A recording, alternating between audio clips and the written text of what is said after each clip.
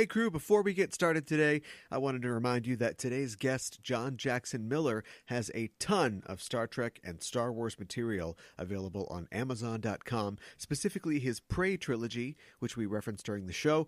All 3 books from the Prey trilogy are currently on sale as part of a Kindle promotion. You can get each one for $1.99. It's a great deal for a great series of books. So if you've got a Kindle or a Kindle app and you love hot Trek action, click through the links in the show notes to pick them up. But hurry, this deal is over at the end of the month. And while you're on Amazon, there's plenty of Star Wars material by John as well, like the paperback version of the Canto Bight anthology, featuring stories about the Casino City from The Last Jedi. That comes out on May 29th, so you still have a chance to pre-order. And do yourself a favor and check out John's excellent Kenobi novel, as well as his extensive and awesome work on the Knights of the Old Republic franchise. Trek and Wars, together in harmony. We talk a little bit about both franchises on this episode. John is a great guest, and it was good to get a chance to talk with him again. Hope you enjoy. Let's get underway. It's worked so far, but we're not out yet. I wanna know what you're thinking. There are some things you can't hide. I wanna know what you're feeling. Tell me what's on your mind.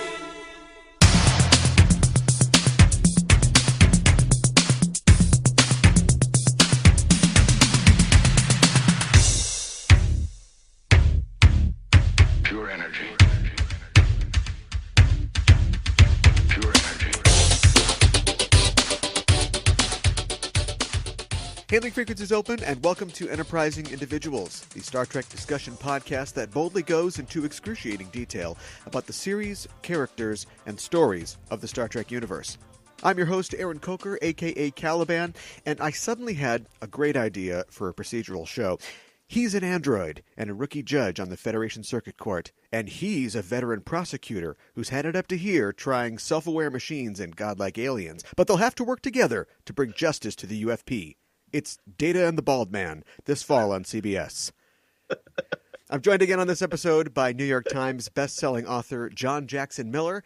John has written books and comics set in the Star Wars universe, including A New Dawn, the prequel novel to the Rebels series. His Star Trek work includes the Star Trek Titan novella Absent Enemies, the TNG novel Takedown, and the Prey trilogy. His work has been featured most recently in Canto Bight, a collection of stories featuring adventures in the intrigue-filled titular city seen in Star Wars The Last Jedi. John is also a comics historian who tracks comic news and sales information at comicron.com. John, welcome back to the show. Hey, glad to be here. Good to have you back on board. I may be the only person who actually got the Jake and the Fat Man joke. Well, it's a good thing I didn't go with Hardcastle and McCormick then, I guess. Oh, I could do that too. Today we'll be talking about Devil's Due, the 13th episode of the 4th season of Star Trek The Next Generation. The Starship Enterprise is a vehicle that can take you to other planets, but it's a metaphorical vehicle as well, one that has allowed generations of writers to examine ideas of all kinds and to explore new and intriguing characters through the lens of science fiction. But perhaps the greatest technique that sci-fi possesses as a genre is that of allegory, where modern moral or political themes can be dressed up in new clothes and sometimes green makeup, and used to comment on our current society. And from the nuclear brinksmanship of the Corbomite maneuver to the commentary on political divisions found in Discovery, Star Trek has spent over 50 years telling stories about aliens that were really about us. But we'll talk about that a little later in the show. Mark, have you been watching Discovery? I've seen a few episodes of it. I'm not totally up to date on. What do you think of what you've seen so far? It's been very good. I mean, I've got CBS All Access for the purpose, and I've been waiting to have them all pile up. Yeah. And sure. I guess they're now all available at this point. So that's like a lot of modern TV shows. That's probably the best way to watch it because of how heavily serialized it is. Yeah, and getting control of the television in my house is another issue. And so there's an all access app. I mean, you can watch it on any device too if you want. It is, but I tend to default to the biggest machine in the house. So yeah. I did an episode of this show recently where I was looking into the discrepancy in review scores between critics and audiences for Discovery. Critics rate it generally high, and audiences seemed mixed to negative. And the same is true for The Last Jedi, the last entry in the Star Wars franchise. What do you think is behind fandom's tepid or tumultuous response to these properties? I think that the problem is that, one of the things is that and it's not a new concept. Famously, it's been said, you have to give the fans the story they want, not the story that. I'm sorry, you have to give the fans the story they need, not the story that they want. Okay. You have to give the fans or give readers a story that they're not expecting. Right. And because otherwise, all you're doing is just fan service the whole time, and it's the same story again and again and again, with all the same beats, all the same characters, and nothing ever advances, and nothing is ever new. And the problem, of course, is everybody is a reviewer now. Everybody has the ability to go on Twitter or Facebook or and again, there are these platforms which can be more or less weaponized, like Rotten Tomatoes or Amazon reviews or that sort of thing, where people can judge these works against the works that they were expecting and didn't get.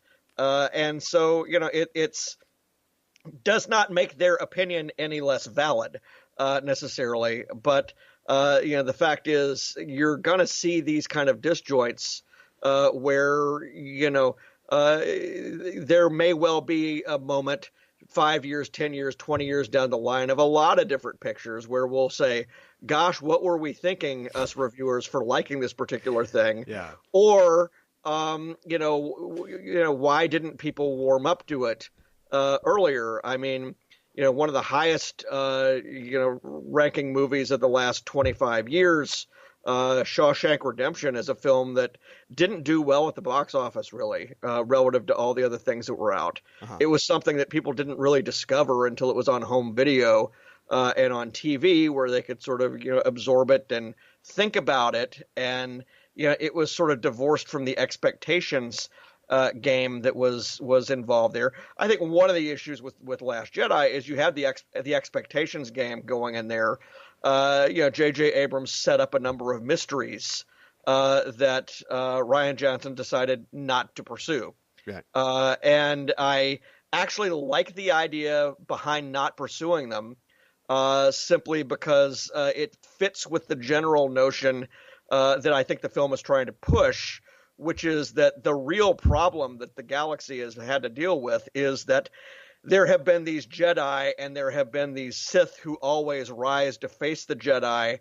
And as a result, it doesn't really matter who Snoke is. He's just random Dr. Evil number 47. And as long as there is a Jedi Order, there will be these people on the other side, which is why Luke Skywalker comes to the conclusion that, hey, you know what? This all has to stop. Yeah. And so, if your investment, however, is in, well, I want to see a new generation of Jedi and Luke teaching them, and I want to see one of those kids going bad and, falling to the dark side and giving us the same stories that we've already seen, if that's what you want, well, that wasn't what this film was. So I kind of think that, to a degree, whether the film was a success or not, critically is going to be a different matter than individual responses to it. And as far as whether it actually, holds up to the test of time going forward, I don't know. I can say that I liked it better than 7 because it tried something different. Okay, sure. And who can say? I mean, I'm always fascinated by that gap between expectation and sort of what we get. And also, I mean, I've got an entire podcast that looks at films that critics rejected but audiences embraced, called Craft to Services, where we look at that gap in the ratings. And I think it's a good metaphor in this particular case that part of the problem in Last Jedi is that you've got a bunch of entitled people who think that they're special and are, turning the galaxy over every couple of years, over their little wars and their power struggles. And, they're trying to get rid of that specifically, like Luke is saying. Forget all that. The Jedi are self-important. The Sith are self-important. Well, that's the problem. That's absolutely right. That's absolutely right. Yeah. And in fact, one of the themes of my earlier Star Wars work, particularly in the Knights of the Old Republic comics that I did, which are now all coming out from Marvel under in these big epic collections called the Old Republic. One of the big themes I had was the Republic's tension, particularly the Republic Navy, and their tension with the Jedi, who just are these self-appointed generals who are allowed to put themselves on bridges and basically act in the Star Trek manner as commissioners would in the old TV series. You kind of wonder who's in charge there. And I think that and I've said this before, that the Jedi Order is a real mixed bag for the Republic, a mixed blessing. On the one hand, it's hey, look, here, they're a free police force. They're a free army. Isn't that great? Right. And then every so often, one of them goes nuts and kills everybody. It's sort of like the ED-209 in RoboCop. You sort of say, well, this is maybe not the big deal it ought to be. And so we didn't vote for these guys. And so, in particular, almost all of my Star Wars works have been about a Jedi who breaks away, or a Jedi who simply is alone and apart from the Jedi Order, trying to do what Jedi probably should be doing in the absence of this big structure, which is not to worry about politics, not to worry about balance of power, and instead more to just help people. And it sounds crazy, but that's to be honest, that's my favorite moment in a movie that doesn't have many favorite moments, the Attack of the Clones. Okay. As far as I'm concerned, my favorite moment is just that little scene in the bar where the guy offers Obi-Wan death sticks, and he says, "You don't want to give me death sticks. You want to go home and think about your life." Right. Well, what's he doing? I mean, he's ministering. I mean, he's actually out there. If you want to look at it as a religious sort of a thing, or if not that, it's social work. Yeah. Right. Exactly. I mean, it's being somebody who helps point the way, and allows the regular people to do for themselves. Yeah. And I think that's kind of where Last Jedi leaves it, because we're down to the people at this point. Not knowing what Rey is going to end up being, we're down to the people doing for themselves. Yeah. I'm totally down with that. That was sort of how the Knights of the Old Republic arc ended with indeed my Jedi character was on the bridge of a military vessel, but he wasn't in charge. He was just there to sort of be the conscience. Yeah. And sort of act as more or less Deanna Troi in Star Trek, and not to be the person that's actually moving the units on the map. Yeah. And that's how the Jedi always get in trouble. Again, I find it's funny that all these things kind of roll together in my mind from these different franchises, whether it's questions about Star Trek or Star Wars, or now RoboCop. I've worked into this. Yes. Yeah, a little green guy handing out lightsabers is no basis for a system of government.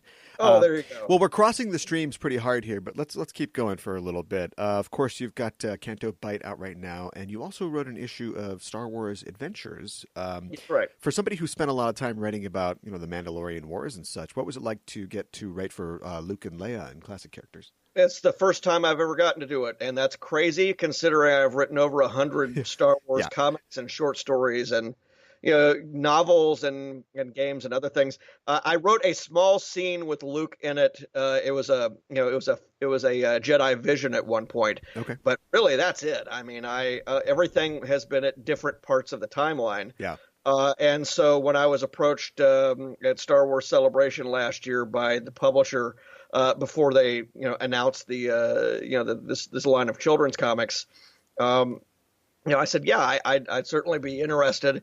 And I ended up writing what was originally going to be a two-parter, and they decided that they were going to put the parts together in sort of this spring special, this annual that they have coming out in April. And so I'm definitely looking forward to seeing that. It'll be my first Star Wars comic book since I think the end of 2012. So it's been a while. On the subject of comics, and as a comics historian, I'd be interested in your opinion.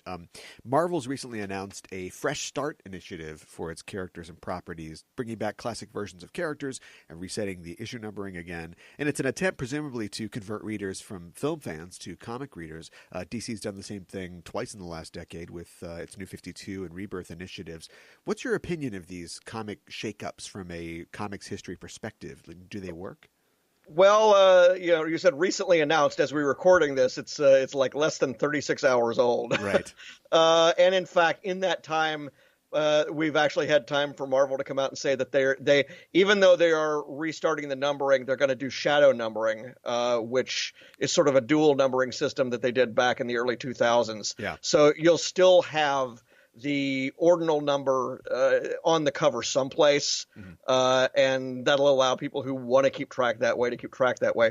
But yeah, the thing that we've observed with these things is they can be successful. They can be very successful, as in the case of the DC relaunch in 2011, which really I think is sort of one of the inflection points of the last 20 years, because that sparked a period where we've just now had 6 out of 7 years of growth since then. Yeah, and it's really just this last year that we hit a rough patch, and then there have been sort of more modest attempts to reboot. And I think if Marvel's had an issue, it's that it's harder to brand its reboots because they don't do everything, the whole way that DC would do, certainly with Crisis on Infinite Earths, which was, this is a dividing line and we're never going to refer again to anything that happened before.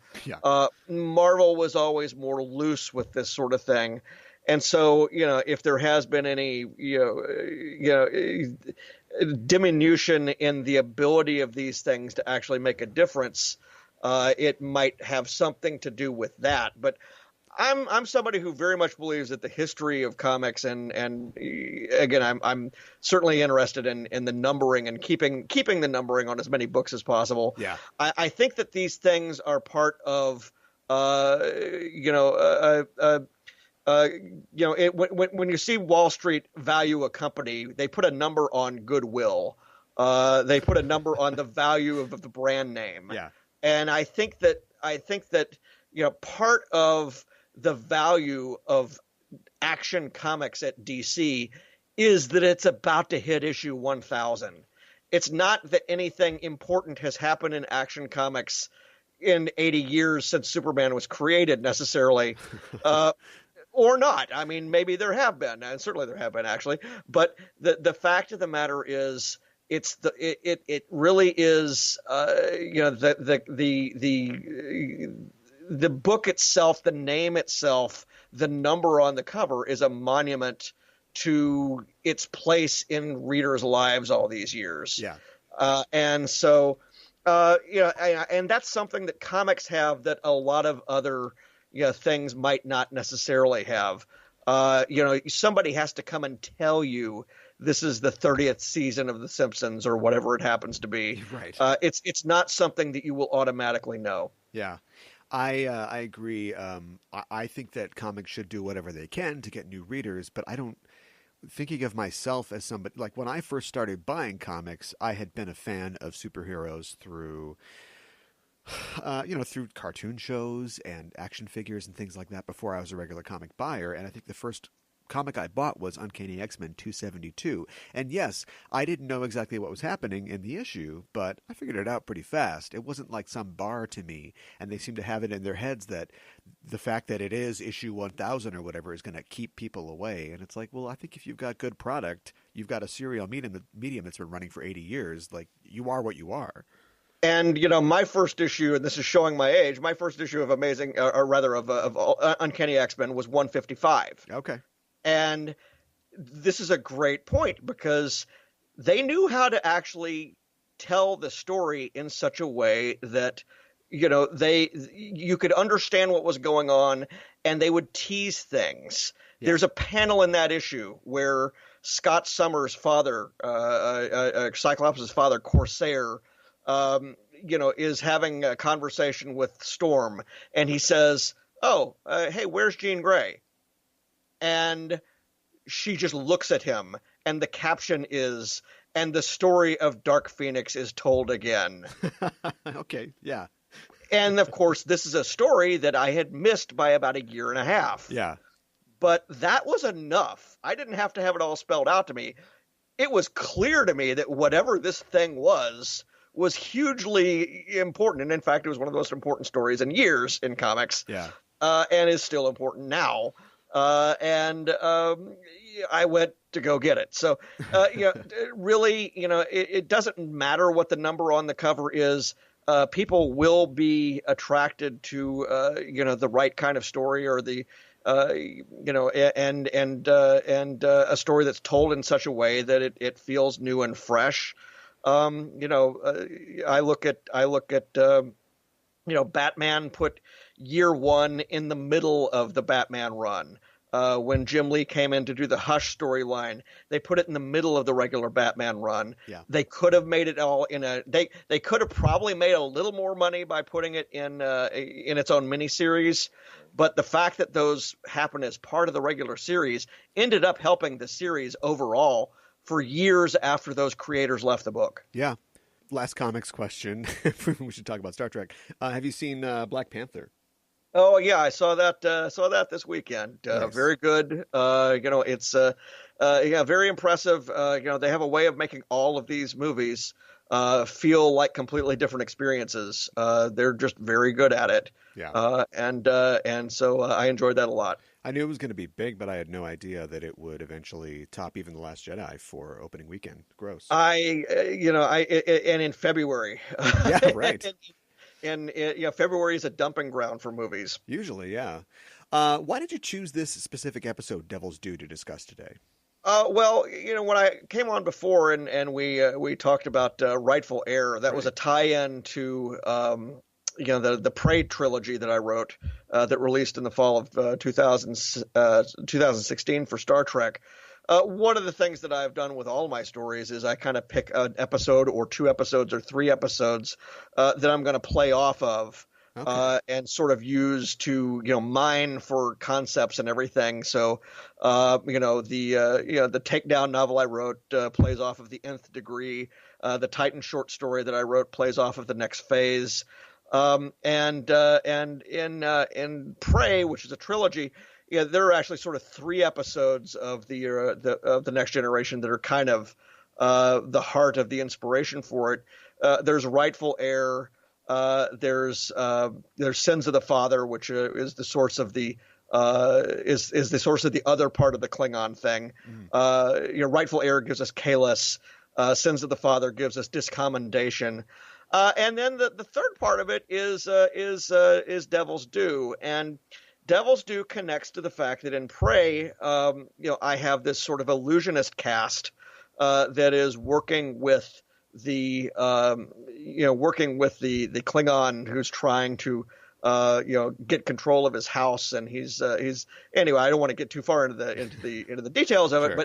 but the storyline all along was going to involve illusionists, and their services being sort of weaponized in a political conflict, and so I had looked back at various things and involving that. Ardra actually, her part in my story predates, quite a few of the other parts that are in there, including even Kahless's role in the story. Okay. I can get into a little bit more of how it impacted my story, I guess, after we tell people what happened in the actual episode. Right. Something that occurred to me, and again, we can get into this in more detail later, but is that the episode features, a con man or a con woman in this instance, and her swindle is based on religious beliefs. Gene Roddenberry, atheist, Star Trek is humanist paradise. Is the subtext here that religion is a swindle in Star Trek? I don't even know that it's that that complicated or that subtextual. I mean, in part because if you think about this episode and its origins, even though it's, as you said, the 13th episode of season 4, so we're talking about February of 1991. Right. It was a script that they pulled off the shelf. That's right. This was a Phase 2 storyline. Yes. I think when Keith DeCandido did a review of it, he was not kind. And he was not kind. He's a little harsher than I think I would be. But the complaint is that this was written for the 60s. Yeah. It was written for the 60s characters in the 70s. Right. And it just does not. It is not convincing enough of a caper to believe that either it could be put over or that it would fool anybody for very long. Yeah. I looked at those things as being, part of something I could fix. Okay, my story. Right. Sure, that's always good. Especially if you're adapting something older to try and fix what went wrong. It is a Next Generation episode. It's Devil's Due, as you said. It came out on the 4th of February, actually, in 1991. It's the 13th episode of the 4th season. The teleplay in this case is by Philip Lazebnik. He was a screenwriter who also wrote the story for the episode Darmok and the teleplay for the DS9 episode Fascination. And he worked on the scripts for Disney's Pocahontas and Mulan, incidentally. The story for the episode is by Lazebnik and also by William Douglas Lansford. Lansford was a screenwriter who got his start in the 50s, and he wrote scripts for TV shows like Bonanza, Ironside, Fantasy Island, and Chips. No word on if he made it to Hardcastle and McCormick. He also wrote several nonfiction works about the lives of figures like Jack London and Pancho Villa. This is his only Star Trek script. This episode was directed by Tom Benko, who was an editor, writer, and a director for the Star Trek franchise, and he was really a jack of all trades. He edited over 100 episodes of TNG, DS9, and Voyager together, and he also wrote the stories for the DS9 episodes Return to Grace and The House of Quark. The stardate for the episode is 44474.5, and your assignment, if you can, is to give us a 25-word synopsis of Devil's Due. My assignment, 25 words. This is Devil's Due. A con artist visits, Picard and crew rescue the people of Ventax II from a con artist posing as their deity, Ardra, in order to extort the planet for riches. Sure. There we go. I think that's pretty succinct. You had mentioned before that this was a script for Phase 2, and that is absolutely correct. If listeners, I hope they know, but if they don't, Phase 2 was an unproduced sequel series to the original series of Star Trek, and Lansford wrote this in '78, as far as I could ascertain, for the Phase 2 treatment. Of course, the 1998 Writers Guild strike delayed production on the second season of TNG, and that saw the production go scurrying for scripts. What was left over, what can we get in case we don't have any writers for the second season? Ultimately, they got this from the bin, and also The Child, which ended up being the second season premiere of Next Generation. Michael Piller commissioned executive script consultant Melinda Snodgrass to rewrite this script for the TNG characters, but it was determined eventually that the script would need more of an overhaul in order to fit the new series, and over 15 writers, it's estimated, would help rewrite this script. And it was given a it went through the ringer for sure. It was given a more comedic tone than the original. The original story was set on the planet New Terra, which, come on, New Terra. Yeah. Anyway, and the Enterprise's computer would serve as the judge of the arbitration between Kirk and Comether, a male entity. She was made, the Devil was made into a woman for the TNG episode. I think that explains, at the very least, why Picard acts a little bit like Captain Kirk in this episode. Yeah, I think so, and it throws a seductress in there. That's sort of Ardra takes a liking to Picard. Yes, I think the other element with this, and it is something that I deal with in the Prey trilogy. The notion that they're extorting this planet for physical wealth doesn't make any sense in the Replicator era. This is a storyline that makes much more sense back in the original series, right? Or in Phase 2.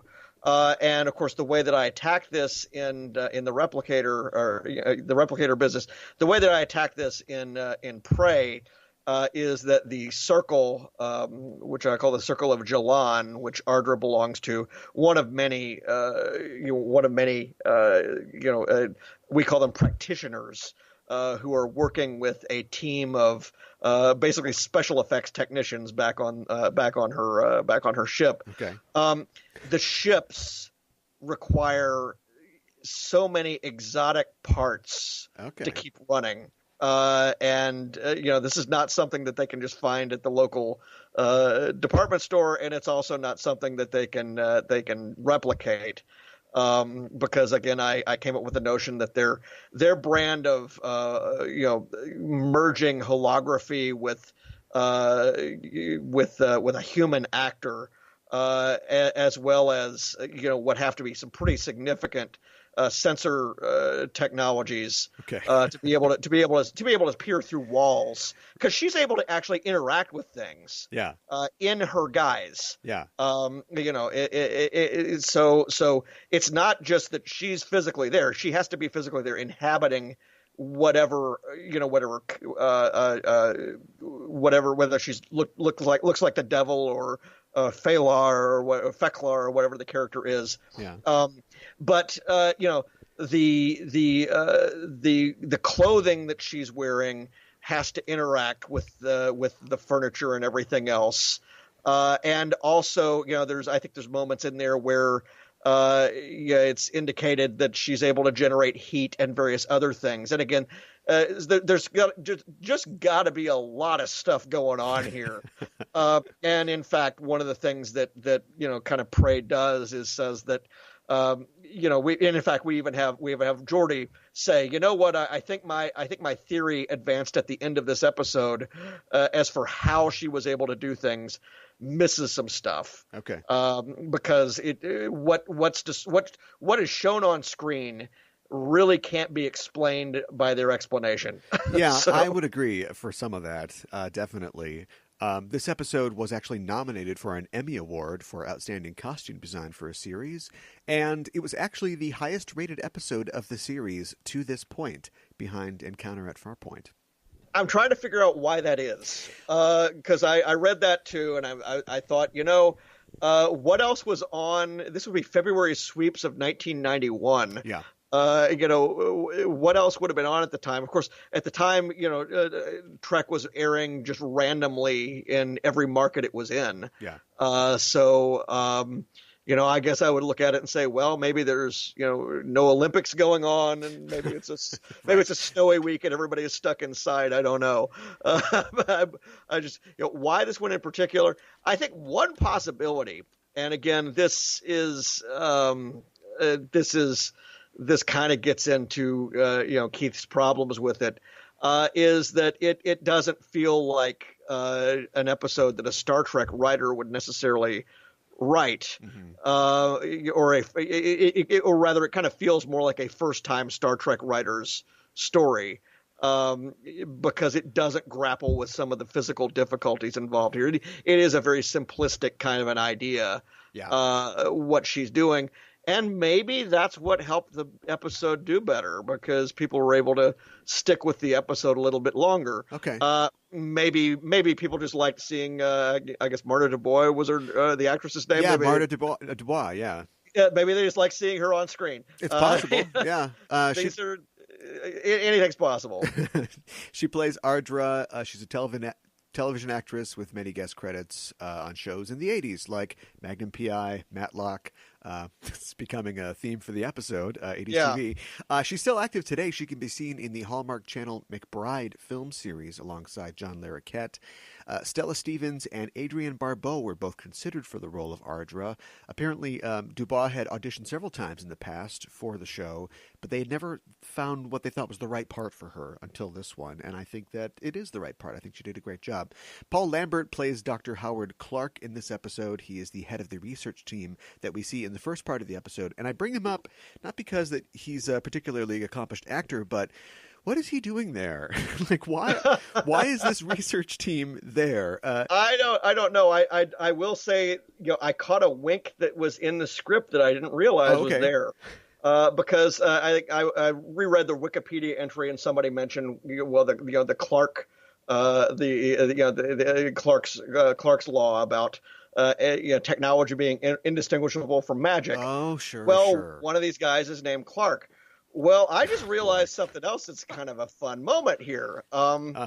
Here's a fun thing associated with Ardra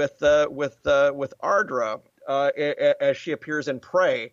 In her organization, I had the official title of sort of the Sorcerer Supreme, the top illusionist, be Illusionist Magnus. Okay. Magnus was a reference to Jeff McBride, who he is that was his he's an illusionist, a Las Vegas magician who appeared in an episode of Deep Space Nine as one of the Daxes. Oh, okay. In that episode, all the Daxes are there. Sure. And so Magnus was his stage name. He's an illusionist. I was already drawing on all this magical stuff because we've got Houdini and just all sorts of other things about magicians in the past in there. I named the office Illusionist Magnus. Okay. And sent the books to McBride himself, and he sent a nice card back. He thought it was he thought it was great, and it just dawned on me that Ardra, the actress, went on to appear in a show called McBride. Yes. So wow. So that's everything sort of connects circularly here. You've done it. You've out detailed me, I think. Well, no, that's sort of the 5 degrees of 6 degrees of Ardra, I suppose. Yeah, I don't. The 6 degrees of Ardra. I love it. I know that people live longer and live fuller lives in the 24th century, but this guy should be bouncing some great grandkids on his knee. What's he doing in a ski suit out in the middle of nowhere on this planet? It just seems I don't know.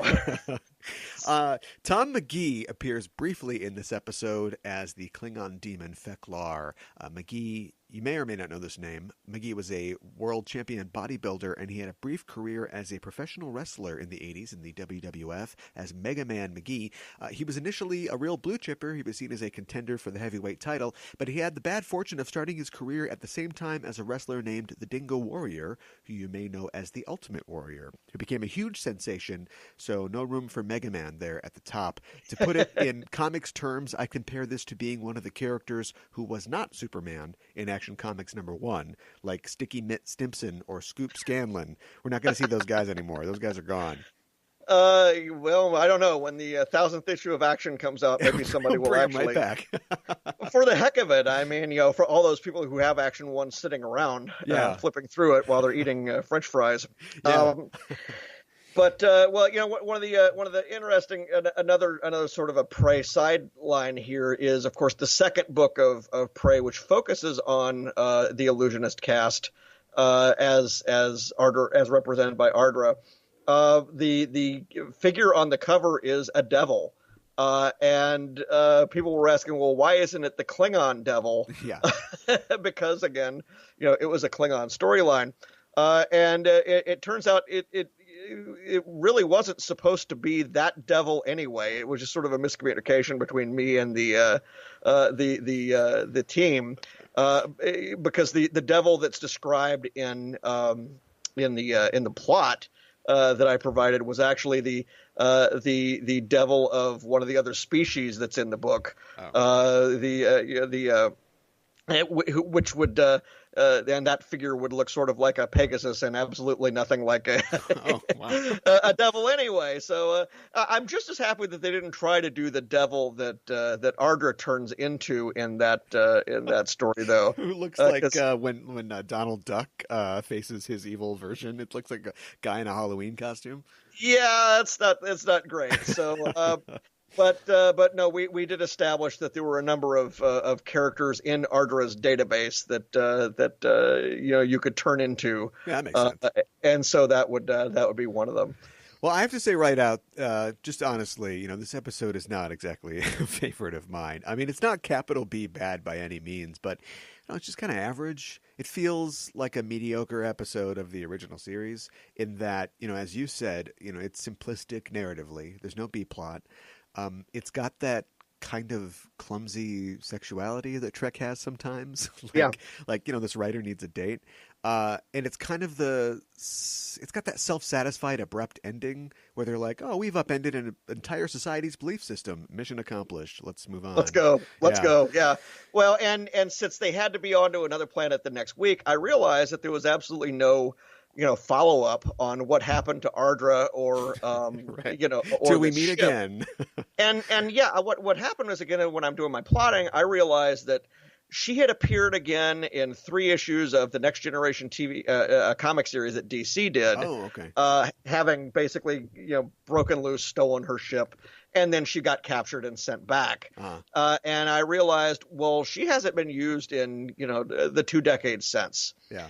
And so, in fact, it was the case when I originally proposed the series that she would be more dastardly. She would be instead of sort of this other sorcerer's apprentice who causes so much trouble. It was going to be her in that role. And CBS said, no, Ardra is a bad person, but we never see her murdering people left and right.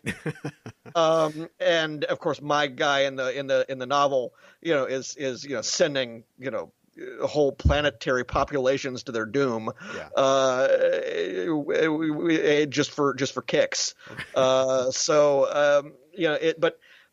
Again, I realized that there was all this stuff there that was available to be played upon, and it is to sort of the way that we put it in the series.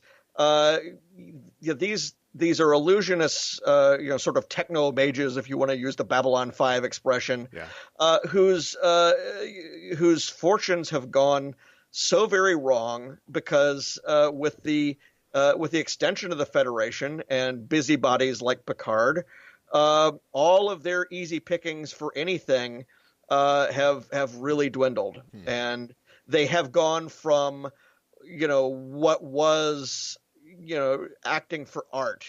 Really, they would just get together and compare notes about, hey, I posed as God for this particular species. Yeah. Hey, well, that whole revolution over there, that was me.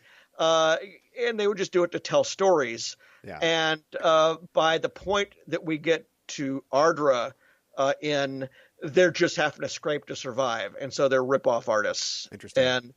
And I do plenty of con artists in other comics I've done. Sure. And it fit in perfectly with what I needed to do to create sort of the false flag operations, which lead to this sort of attempt at a Klingon coup. Okay. That is the central element of the trilogy. Well, that sounds a lot more fascinating than what we get in this episode. I like that idea.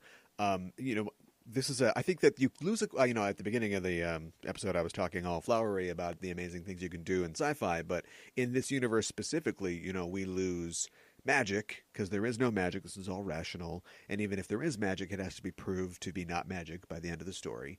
And there is no, we don't dig into religion very often, or if we do, we're making a very pointed point about something in our reality, in our world. But I like that idea of there's got to, the Federation can't be everywhere at once, so you've got to have people who are on the fringes of things that are taking advantage of, frankly, kind of simple and stupid people like the Ventaxians. Well, and look, illusion and impersonation is a gargantuan trope in Star Trek. Oh, absolutely. It's happening all the time, and so it just struck me that it ought to be something that we could sort of shine a light on, and at least one part of it, and say, well, this could actually be a way of life for a number of people. Yeah, I think that's a cool kind of premise. The Ventaxians they're an interesting race. We never see much of their society. You mean idiots? Well, I was being diplomatic. We never see much of their society beyond hearing that they're an agrarian paradise, but they really believe in this devil thing, and they're 100% ready to turn this whole thing over to their eye-shadowed oppressor. Why didn't they spend 1,000 years trying to Daniel Webster their way out of this? Or I know this is a PG TV show, but when we come onto the scene, why isn't their society crumbling? I mean, they should be jumping out of windows or having, the 1999 orgy of all time before the purge starts. Well, that's absolutely right. I mean, and that's why when I again I keep going back to Prey, but book 3, I have somebody really manipulating a society the way that was that was intended. Yeah. Book 3 is seriously one of these practitioners playing God, and basically trying to upend the entire Beta Quadrant. Okay. By driving people to war in a religious fervor. I think it all has to do with the history of these people has got to have involved something where they got so gullible somehow. Yeah, something happened. Maybe the pollutions and the irritants in the water and the air affected them mentally or something like that. I don't know. To make them susceptible. As a TV show on syndicated TV in 1991, it's making a comment on religion, but it's not leaning too hard into it. I like the part where Picard is arguing against Ardra, and he makes it clear that as soon as they signed this agreement, 1,000 years ago, they worked their asses off to make their society better, and there was no evidence of supernatural help, which I think is a good point. But you think that in a millennium, the Ventaxians would look around and figure out, wait a minute, there's no devil, there's no god here who has done anything. We're studious, but not very bright, apparently. It kind of reminds me, random comics thought, it kind of reminds me of Watchmen, the Alan Moore, Dave Gibbons graphic novel, in which a disaster that's ostensibly caused by aliens makes the superpowers, beat their MX missiles into plowshares, and it ushers in an age of peace. Of course, if anybody thinks through that, you get Doomsday Clock. Right, yeah. Which is the book that's now out from DC, which deconstructs that whole thing. Yeah, right. So yeah, it's very tenuous, but on Ventaxia 2 it lasts for 1,000 years. Nobody even bothers to question it. And of course it's convenient that they have rejected their industrial technology, because if they had technology comparable to the Federation, they'd immediately recognize transportation and holograms and tractor beams, So it's fine. They're a superstitious, reverent people. But my problem is it doesn't explain why our heroes should be really concerned. I never feel like the threat is all that real. We know watching it that it's only a matter of time before Geordi's going to find a cloaked ship. There's never any real worry or emphasis that Ardra is some kind of Q-like being. They even bring it up in the episode, like there's a precedent. We've run into people like this before, but that's immediately said, no, that's not what it is. There's no danger to the souls of our crew, whether they exist or not. All we get is that guy in the Halloween devil costume. I would have liked perhaps a plausible challenge to Picard's lack of faith so that it's stronger when he reveals the charlatanism at the end. Probably the most ostentatious or audacious thing that the bad guys do here in this episode is actually pretty impressive technologically speaking in terms of the way the series is at this point. And that's that they're able to actually make the Enterprise disappear. Yeah. By throwing the cloak from their own ship over that. Yeah. Now, it was probably an easy line to write back in 1991. But as I really started to think about that, that's pretty impressive. Yeah. That's not something just anybody would be able to do. And so, again, when I got to Prey, I had that situation happening again where one of these ships is being towed by the Aventine and it's simultaneously cloaking the Aventine. And they actually get into a legalistic discussion of, well, are we actually violating the treaty? Because we're not supposed to be using cloaking technology. Well, it's not actually us using the technology; it's them back there. Sure, right. So anyway, but I mean, that was a pretty big moment, and it kind of bespeaks of the writers not necessarily knowing what was too powerful a power. Yeah, plus they want to have it both ways, because I could believe that if the Ventaxians don't have technology on the level of the Federation, Ardra could hide the Enterprise from the Ventaxians' sensors. And so Geordi's on the planet and he can't see it with the equipment that he's got. But then he's able to use that equipment later in order to break the cloak and contact the Enterprise. And it's like, which is it? Yeah. Does it work? So, and actually, again, breaking the cloaks of these ships, or rather, being able to track these ships, I was able to get a lot of fodder out of that, just because it's once they've been able to solve this thing once, they ought to be able to use the tools or what they knew. Again. The problem, at least in the Prey series, is it's been 20 years since this episode, and getting to the point where they're going, oh, wait, this is those guys, is the thing that takes forever. Okay, I can see that. I don't know. I just would have liked a little more believable threat to the crew. It's something like Who Mourns for Adonais? You've got a similar situation. Where they're trying to figure out if this guy's really Apollo or not. But honestly, it doesn't really matter if the antagonist is an actual god or not, because he can crush your ship with his big green hand, like whether or not he's supernatural. But I don't think they should have gone like full-on Magics of Megas 2. I guess Kirk didn't write anything in his log about Lucien, because otherwise Starfleet would know that the devil's a totally cool guy, and he comes from a universe of magic. Oh, that's true. Yeah, they just want to party with him. I want to know, who was Ardra 1,000 years ago? Like, who was that? The Ventaxians seem to know pretty much exactly what happened over the intervening 1,000 years. It seems like they've kept good records. So who was this person back? Who did they make the deal with? Whoever it was somebody who was fairly impressive, because sure. I and again, I ran into this in writing. We don't know what Ardra's real name is. Yeah, we never find out. Yeah. And I realized that the only way that I could actually play off this episode and have it have any meaning was for her name to remain Ardra. And so I basically came up with a conceit that they use, which is, whatever the last role you played was, that's the name you operate under until the next one. Okay. And because otherwise, I would be calling her something else. Right. And it would lose that thing in the imagination that helps you go, oh yeah, well, I know what she looks like. I saw that episode. Yeah. Branding is half the game. So. Well, and in fact, it's why I really, and it's not just in Star Trek, but you try hard in tie-in writing not to have many scenes with no TV or movie characters in it, okay. None at all, because that throws everything into, well, it's just entirely now on the strength of your own description, and you don't have the crutch of, yeah, people know what Picard looks like. Right.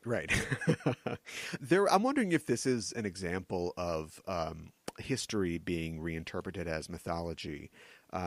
There's a guy named Euhemerus in the 4th century in Macedonia, and he was a historian and a mythographer, and he was one of the first people to historically to suggest that myths might be perversions of historical events, like how we're pretty sure now that King Arthur was probably an actual Romano-British leader whose actions became legend over the years. Or like Snorri Sturluson, the guy who wrote the prose in the Poetic Edda. We get most of our knowledge of Norse myths from him. He himself had a theory that many of the stories that he was writing about were probably real people at one point, and their tales became, legend and myth. Well, this connects back to the other episode that we talked about before in the previous episode we did, and which is another a big part of the trilogy was we've got that with Kahless saying to us what if the things that Kahless is said to have really done he didn't really do. Right. What does it matter if his teachings are what's relevant? Yeah. And so we have here and I'm not one of those writers who ever sits down saying, here are the themes I'm going to hit on in this story. Nor do I believe, because when you ask were the creators of this episode trying to hit these themes, I don't think anybody out of a film class or out of a writing class sits down and says, "Here are my themes. Here I go." What happens is they present themselves to you later, so it is only really now. Even having written it myself a year from it at this point, where I'm able to say, really, Kalis and the Illusionists are very much part of the same story, flip sides of the same thing, as told in my story, because they're both posing or made to look like legendary figures in one way or another. Yeah. And it's a matter of what they do then. I don't think that an episode like this should be held up as any kind of like treatise on the positivity or negative effects of religion, but you have to admit that the Ventaxians, their piety led to a lot of improvements in their society. This was like the most successful faith-based initiative of all time. It could well be. I mean, it's we don't know anything about this group of people after this moment, because I don't think they ever came up again. No, but because they were just on their way so quickly after this. Yeah. It's here's what I would wonder. This episode being so highly rated, why didn't she get the Harry Mudd treatment? Yeah, I don't know. Or the Q treatment. Why didn't they get her back? And I just don't know the answer to that. I don't know if there was anything behind the scenes, with the company working together or something like that. I don't think that's even necessarily an issue. I've never heard of anything like that. I do know that if they use the character again, don't they have to pay royalties to the original? That's possible. Yeah. And in this case, it would be more people than they normally would have, because there's that original story being back in the 70s. Right. So I guess that's possible. But yeah, I mean, I would not want to spend a whole lot of time thinking about an episode I hated. So I clearly didn't despise this thing. I have in the past had to sort of make lemonade off of some other stories, not necessarily in this franchise. Yeah. But make things more palatable, or sort of fiddle with things to improve them somewhat. Yeah. This is simply the sort of thing where if the story is no deeper than it is, it's because it's 42 minutes long. Right. And it's not a bottle episode really, but there's a limited number of sets and locations that we see. They probably weren't going to give us thousands of Ventaxians, mobbing the streets, tearing at their garments because of whatever was going on. They leave that to the comics people and the novel writers. Yeah. Well, I'm glad that you were able to make some lemonade out of it. There's a fun but yet kind of confusing, in my opinion, nod to Christmas Carol, of course, in the opening of the show. It's fun because Stewart, of course, played the role of Scrooge for years on stage. But I think it's another one of those things where you're not thinking about it much. I'm not. The writers aren't thinking about it much. Christmas Carol is about a man that learns to be afraid of spirits so he can learn a lesson about society. But this episode features characters who are going to lose their society because they can't stand up to spirits. It just doesn't. Thematically, it doesn't make any sense. I'm not sure. I mean, it gets us in the notion of Data's right there at the beginning, pretending to be somebody else. Okay. And so I think that this is an episode about costumes to a large degree. Oh, well, yeah, certainly. and it gets the Emmy nod for it. And, yeah, that's true. Yeah, I think it deserved it.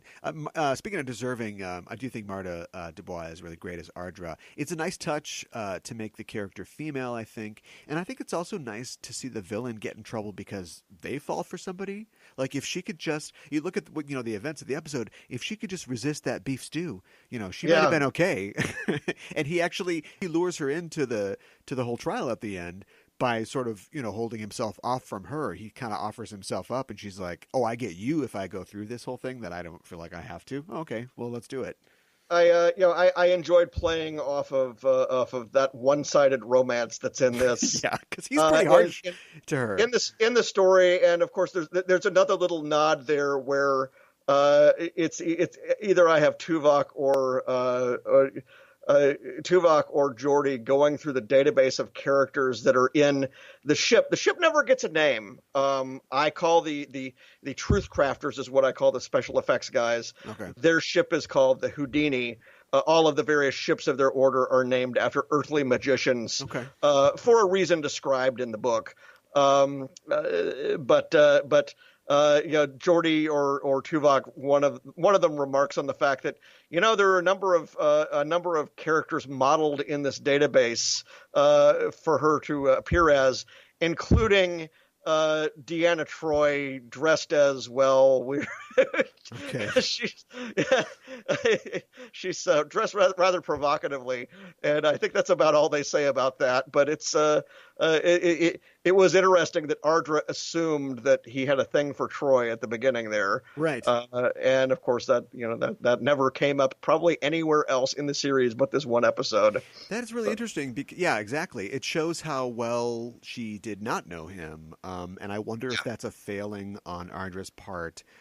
Having that skill of being able to read, your mark, or if it's just, she just doesn't. She took a shot and she missed. She assumed that Picard was as corruptible, as everybody else that she has fooled and tricked. I think it partly was she wasn't expecting the Enterprise. Oh yeah. And again, that was another thing that I established with the Truth Crafters in Prey. They've got a whole room, which is the myth-making department, and all they do is research.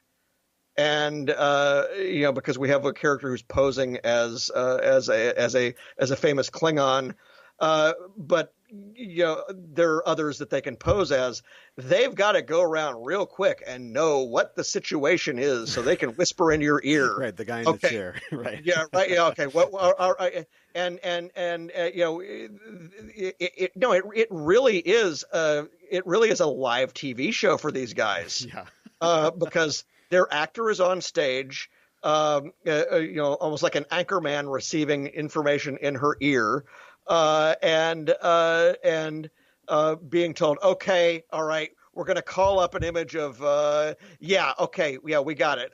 Picard's counselor. So here we go. All right, 3, 2, 1. Make sure you talk like her. And so that was the thing. And again, because a person has to physically inhabit these illusions, that makes it, I think, qualitatively different than holographic magic. Okay, it makes it more of a performance thing, and so I have a lot about acting and method acting. Okay, and of course, method acting. There's a joke about that at the beginning of this episode. Yeah, exactly. Because again, whoever inhabits these characters that these truth crafters, that these illusionists are creating, is really going to be interacting with the world. Sure. And they're going to be encountering things that they wouldn't necessarily expect. And you've got to have an answer. Yeah. And so she must have researched the heck out of Ardra. Sure. Yeah. But as far as everything else, yeah, I think they were kind of winging it. Yeah. I want to see that candid camera in the 24th century have, I'm trying to think of who the Alan Funt character would be, but, whispering things into somebody's ear and messing with just passersby and onlookers. Oh, yeah. Do you have any last thoughts about this episode as we wrap up? Have we said it all? I think so. I mean, I think I've plugged it probably 19 times here, but the the Prey trilogy is something that I think if people find the notion of how illusionists would work in the Star Trek universe, particularly in the Next Generation era, how they would work and be successful at what they're doing. I did do the homework in terms of how physically this would work within Star Trek science rules. And I also thought through to the extent that I could, how these people would be attracted to this particular line of work.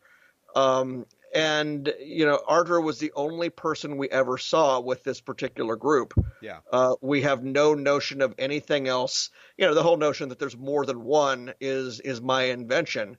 But I think that, we're in 42 minutes or however many it is, we're able to get, a glimpse at something possibly larger. It just wasn't something where, the series by this point did have sort of arc storylines, like with the Klingons and Worf status and that sort of thing. Picard's relationship with the Borg. But they didn't have a lot of them, and it still wasn't, what we have today in terms of master planning for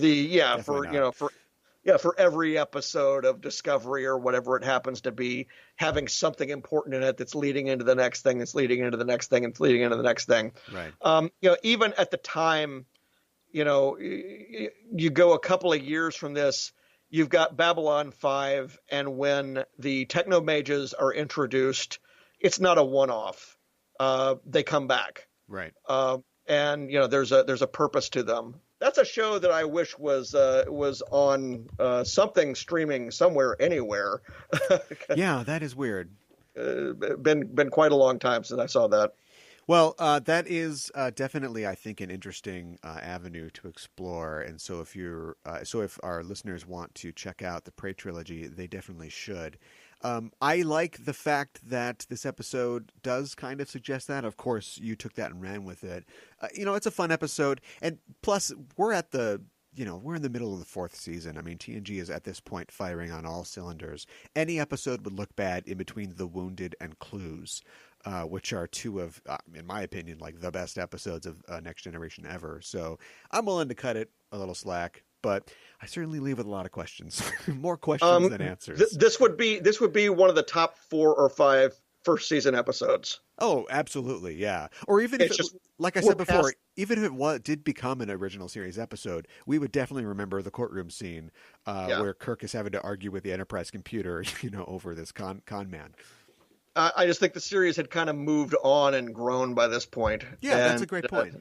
And so it does feel like what it really is, which is an episode at a time. Yeah. I think last time on the show, you said that Picard was your favorite captain, but you had written quite a bit for Riker. How do you think that Riker would have handled this situation if it was the Titan instead of the Enterprise? Well, if Deanna showed up wearing what she does in this episode, well, they're married now, so right. Shoot first, ask questions later. Yeah. Yeah, I don't know, but I think that Picard's a lot more patient. So I think that he's Picard is more patient with the Ventaxians than Riker would be. Oh, definitely. Picard loses his patience is with Ardra horsing around. Yeah. And that gets under his skin and that unnerves him. I think Riker would have an easier time handling that. Just because his skills with interpersonal relations, and the fact that he has probably been a seduction target a few times in his career, he probably knows what to do. Turn it right back on her. For your second appearance on the show, you'll be promoted to Lieutenant Junior grade, and of course you were assigned to the archives as an archivist on the last episode. So I think that you could have had a very instrumental role in helping to stop Ardra by going through the records of law and Ventaxian history. Maybe we never would have reached that point in the first place. Oh, very good. Finding those precedents, yeah. Maybe so. Well, Lieutenant Miller, thanks for joining me to talk about Star Trek and the Star Trek universe. If people want to continue the conversation, and they can, at EISTPod on Twitter and the Enterprising Individuals Facebook page, where can people find you online? On Twitter at JJMFaraway, Facebook, John Jackson Miller, and then on my comics website is comicron.com. Twitter for that is just plain Comicron, Comichron. And then on my regular website, farawaypress.com, I have behind-the-scenes notes on most of my stories. Prey is the one I haven't gotten to yet because it's going to be many, many pages. Okay, interesting. When I get those notes up. Sure. But I'm hoping to get those up eventually here. All right, so go check those out. Also, I guess people can get your Star Trek IDW comic book coming out soon. It's a Star Wars IDW comic book. That's the Star Wars Adventures Annual 2018, and that should be coming out April 4th. Awesome, and people can check out your. I always say KOTOR, but I guess for the audience, I should say Knights of the Old Republic. Marvel collections as well. Absolutely. Well, thanks again for joining me. Glad to be here. And we are signing off until the next mission. Hailing frequencies closed.